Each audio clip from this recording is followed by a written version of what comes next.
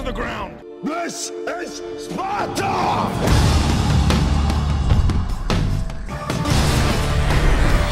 A new age has begun. To defend it!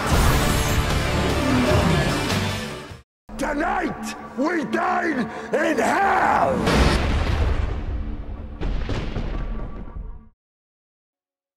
Assalamualaikum warahmatullahi wabarakatuh. Udah pada kangen ya sama Mamang? Oke, kali ini Mamang kembali akan membawakan sebuah alur cerita film dengan tema macam-macam gladiator nih cuy. Film ini berjudul 300 atau 300. Ya udah, 300 doang judulnya. Dimana film ini menceritakan tentang pertempuran antara bangsa Persian yang berusaha untuk menaklukkan bangsa Spartan. Namun sayangnya bangsa Spartan yang terkenal dengan segala kekuatannya dan diklaim merupakan keturunan dari Hercules ini tidak menyerah begitu saja. Pertarungan yang sengit terjadi antara kedua bangsa ini meskipun akhir dan endingnya cukup bikin ngenes yang nonton. Oke, langsung aja Mamang sajikan alur cerita film 300. Punten intronya ngab?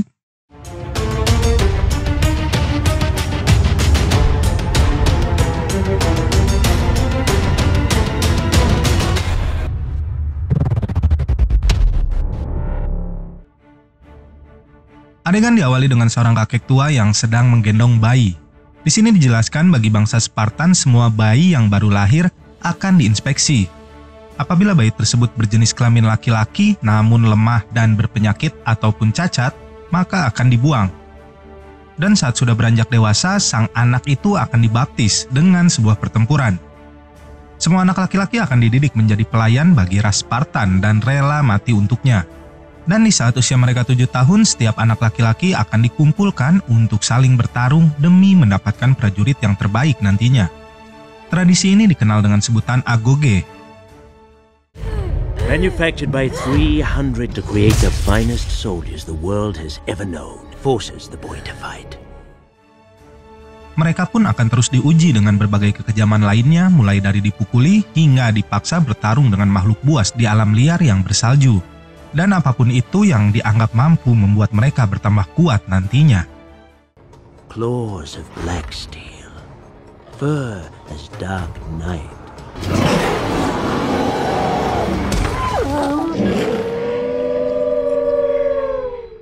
His form, perfect. Hingga terlahirlah seorang Spartan sejati bagi mereka yang lulus di semua ujian tersebut. Itu semua adalah hal yang dialami oleh Raja Spartan, Leonidas. Berlanjut ke seorang Spartan yang bernama Dilios, sedang berpidato di hadapan para Spartan lainnya. Dilios sedang melakukan pidato penyemangat bagi Spartan lainnya dalam menghadapi pertempuran melawan Xerxes, raja dari bangsa Persia. Terlihat pasukan perwakilan dari Persia di sini mendatangi kawasan dari bangsa Spartan, di mana Leonidas sedang berada di tempat tersebut. Leonidas yang baru saja melatih putranya itu pun lantas mendatangi utusan dari Persia itu. Utusan dari Xerxes ini ternyata meminta Raja Leonidas untuk tunduk dan menyerahkan tanah hingga air di wilayah mereka kepada Raja Xerxes. Dengan imbalan nyawa rakyatnya akan diampuni. Leonidas lalu dengan tegas menolak tawaran tersebut dan menendang pasukan Persian ke dalam sumur besar yang ada tepat di depan mereka. Madman, you bring the crowns and heads of conquered kings to my city steps. This is blasphemy. This is madness. This is Sparta! Malam harinya Leonidas memanjat sebuah tebing, di mana ada seseorang berjubah yang sudah menunggunya di atas tebing tersebut. Leonidas ternyata mengunjungi Epros yang disebut sebagai pendeta Tuhan untuk meminta izinnya dalam peperangan kali ini.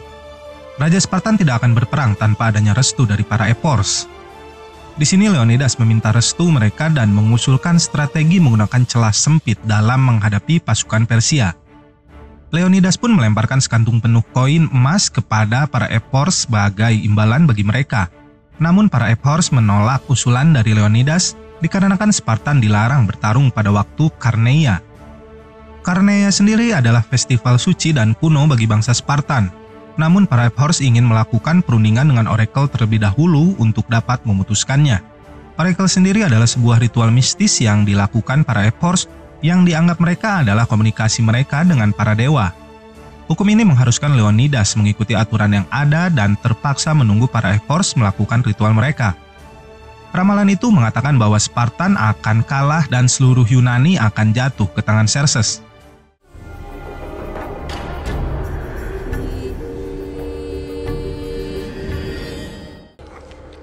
And souls as black as hell. Sparta will fall. Mendengar hal itu, Leonidas pun pergi meninggalkan para Ephors. Namun ternyata para Ephors telah dikendalikan oleh pasukan Persia, di mana mereka menjanjikan setumpukan emas dan wanita saat tiba waktunya kehancuran bangsa Spartan. Leonidas lalu menceritakan hal ini kepada sang istri, Ratu Gorgo, dan berakhir dengan adegan Cikemewe bergaya kuno. Keesokan paginya, Leonidas bersama sang kapten Artemis mengumpulkan semua pasukan Spartan terbaik yang dimilikinya untuk bersiap bertempur melawan pasukan Persia. Lalu datanglah Theron dan para politikus yang menentang keputusan Leonidas untuk berperang dikarenakan keputusan dari Ephors sebelumnya. Sang raja pun tak memperdulikannya dan pergi ke gerbang neraka di utara bersama 300 prajurit terbaiknya. Saat berpamitan dengan keluarganya, sang ratu memberikan sebuah kalung dan meminta Leonidas untuk kembali ke rumah setelah perangnya usai. Di perjalanannya, Leonidas bertemu dengan bangsa Arkadian yang dipimpin oleh Daxos. Mereka mendengar kabar bahwa Spartan akan berperang melawan Persia dan ingin ikut serta dalam pasukannya. Sampai di suatu hari, para Spartan melihat seseorang yang membututinya di atas bukit. Lalu mereka dikejutkan dengan pemandangan sebuah pedesaan yang hancur dan diduga pasukan mata-mata Persia lah yang melakukannya.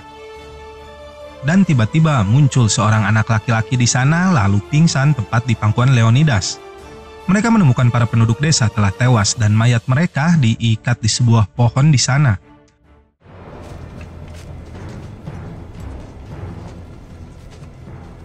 The child speaks of the Persian ghosts. We'll put their name to the test.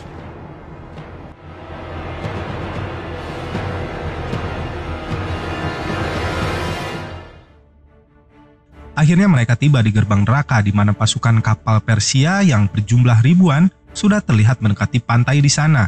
Sampai di malam hari saat semua kapal pasukan Persia hancur diterjang badai yang terjadi saat itu. Nampaknya Dewa Zeus sedang berpihak kepada Spartan malam ini. Di lain tempat di kediaman Leonidas, Ratu Gorgo sedang berbincang dengan salah seorang penasihat raja di mana mereka berdua sedang merencanakan untuk menyelamatkan dan mengirimkan pasukan Spartan lainnya ke medan perang untuk membantu Leonidas dan 300 prajurit yang ada di sana. Di medan pertempuran, para Spartan telah tiba dan melihat tenda dari pasukan Persia di sana. Nyali Daxos menciut melihat hal tersebut, namun Stelios yang seorang Spartan sejati malah tertawa saat melihatnya. Esok paginya utusan Persia kembali datang menemui Stelios yang sedang membangun sebuah tembok batu bercampur dengan mayat pasukan Persia bersama Spartan lainnya. Utusan Persia yang marah melihat hal tersebut berusaha melecut Stelios, namun dengan cepat Stelios memotong tangannya dan menyuruhnya untuk kembali kepada Xerxes.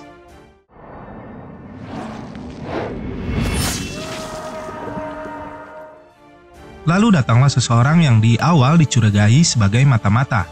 Ia adalah Ephialtes, salah satu dari penduduk Spartan, dan meminta kepada Leonidas untuk dapat bergabung bersama prajurit Spartan. Namun tampaknya Leonidas tidak mengizinkannya. Leonidas menyarankan agar ia merawat Spartan yang terluka di medan perang apabila ingin membantu Spartan berperang menghadapi Persia. Tersinggung akan ucapan Leonidas, Ephialtes pun membuang perisainya. Ribuan bahkan jutaan pasukan Persian terlihat mulai menyerang Spartan yang sudah bersiap di jalur gerbang neraka. Sangat jelas terlihat Spartan kalah jumlah dari segi pasukan. Pasukan Persian pun mulai maju dan berhasil ditahan oleh para Spartan. Spartan mulai menyerang balik mereka dan satu persatu pasukan Persia tewas dibunuh oleh para Spartan.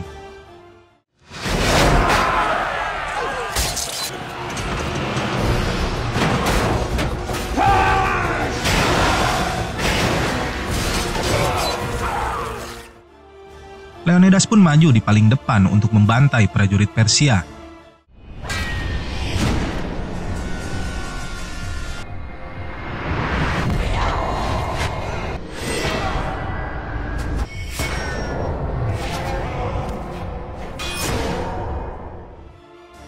Prajurit Persia yang mulai terlihat takut pun mundur dan dibantai oleh para Spartan hingga terjatuh ke dalam jurang. Namun ternyata barusan itu hanyalah sebagian kecil dari pasukan Persia. Kembali mereka diserang oleh jutaan panah oleh pasukan Persian yang lainnya. Dan kali ini prajurit berkuda dari Persia yang mulai menyerang mereka. Namun lagi-lagi Spartan membantai mereka tanpa ampun.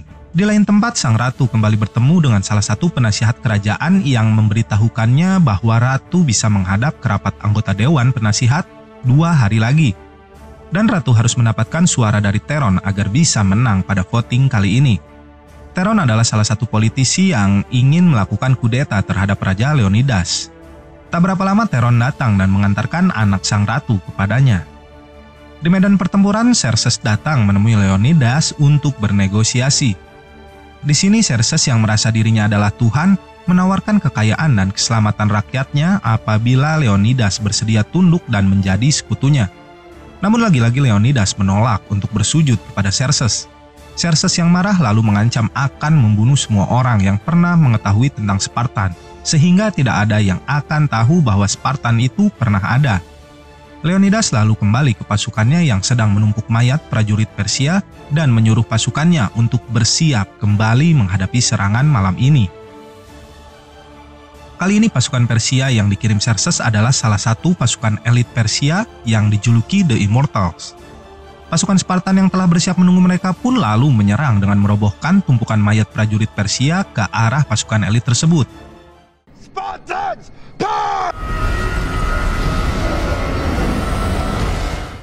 Di pertempuran kali ini, beberapa prajurit Spartan mendapatkan perlawanan dari pasukan elit The Immortals. Pasukan Persia juga melepaskan makhluk menyeramkan yang aneh, di mana sebelumnya makhluk ini diikat menggunakan rantai. Makhluk itu pun maju dan membunuh siapa saja yang ada di hadapannya, termasuk pasukan Persian itu sendiri. Makhluk itu mulai menyerang Leonidas, dan Leonidas cukup kewalahan menghadapi makhluk yang ternyata cukup kuat itu.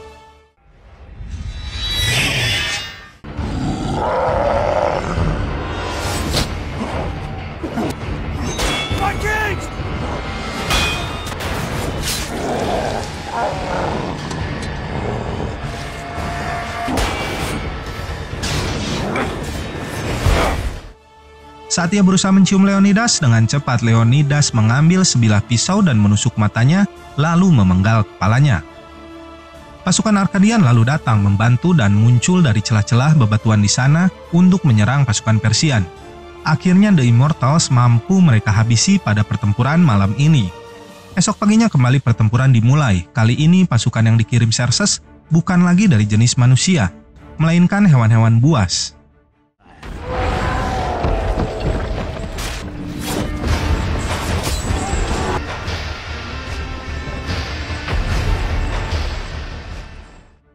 Xerxes bahkan mengirimkan para penyihir dari Asia untuk menghadapi pasukan Leonidas. Xerxes yang marah karena pasukannya selalu dikalahkan Spartan pun menghukum salah satu jenderalnya dengan memenggal kepalanya.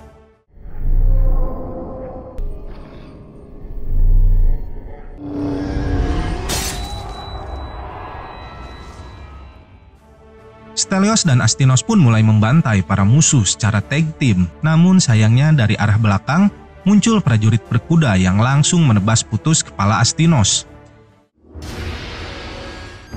Astinos! No!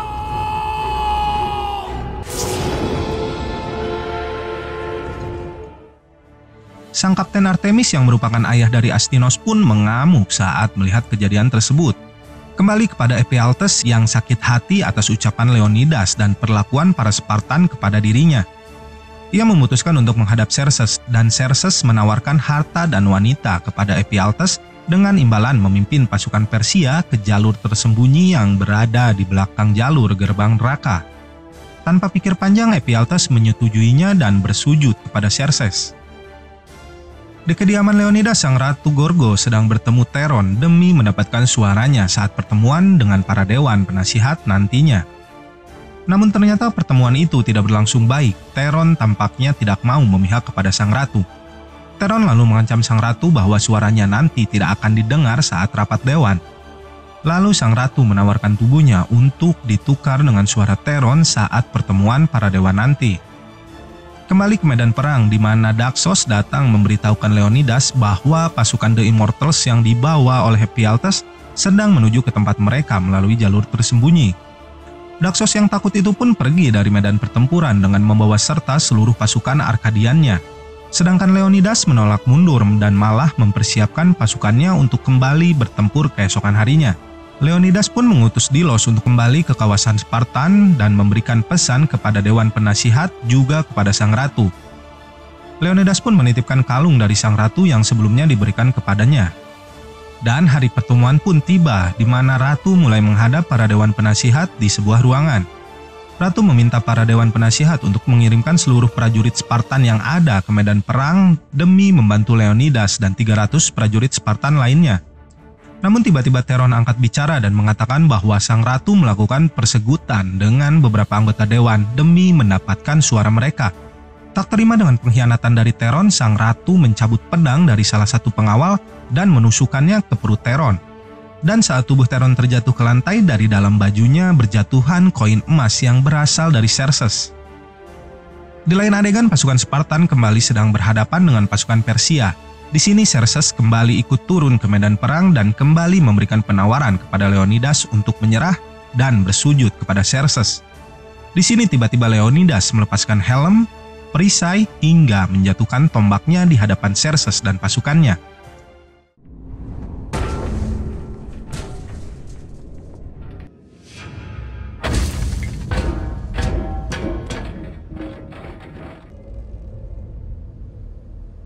Your spear!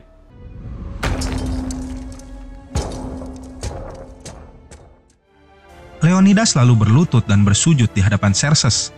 Dan tiba-tiba Leonidas berteriak memanggil Stelios yang langsung muncul menyerang pengawal Xerxes. Lalu Leonidas pun mengambil kembali tombaknya dan melemparkannya tepat ke arah Xerxes. It narrowed his vision. His shield was heavy, and his target is far away. Namun sayangnya tombak tersebut hanya melukai bibir samping Xerxes. Sedangkan pasukan Spartan di sini dibantai oleh pasukan Persia, termasuk juga Leonidas yang berdiri paling akhir dihujani ribuan panah di sana.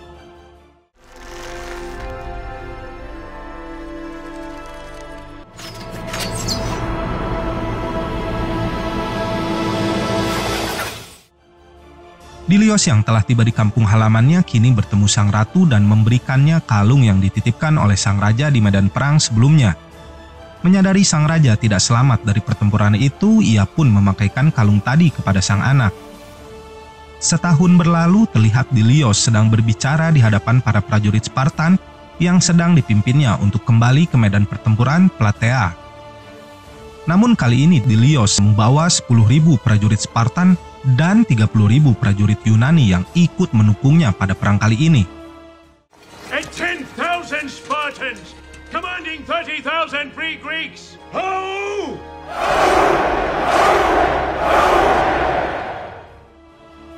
Keren anjay. Oke, meskipun endingnya tidak seperti harapan kita, tapi dari endingnya kita bakalan tahu kalau akan ada sequel lanjutan dari film ini. Dan yang pasti bakalan lebih seru, karena di sini Dilios terlihat membawa lebih banyak pasukan untuk melawan pasukan Persia. Oke, buat kalian yang pengen Mamang buat lanjutan dari rangkuman film sequelnya ini, bisa tulis di kolom komentar ya. Oke, segitu aja. Wassalamualaikum warahmatullahi wabarakatuh. Salam Spartan Mania. Huha.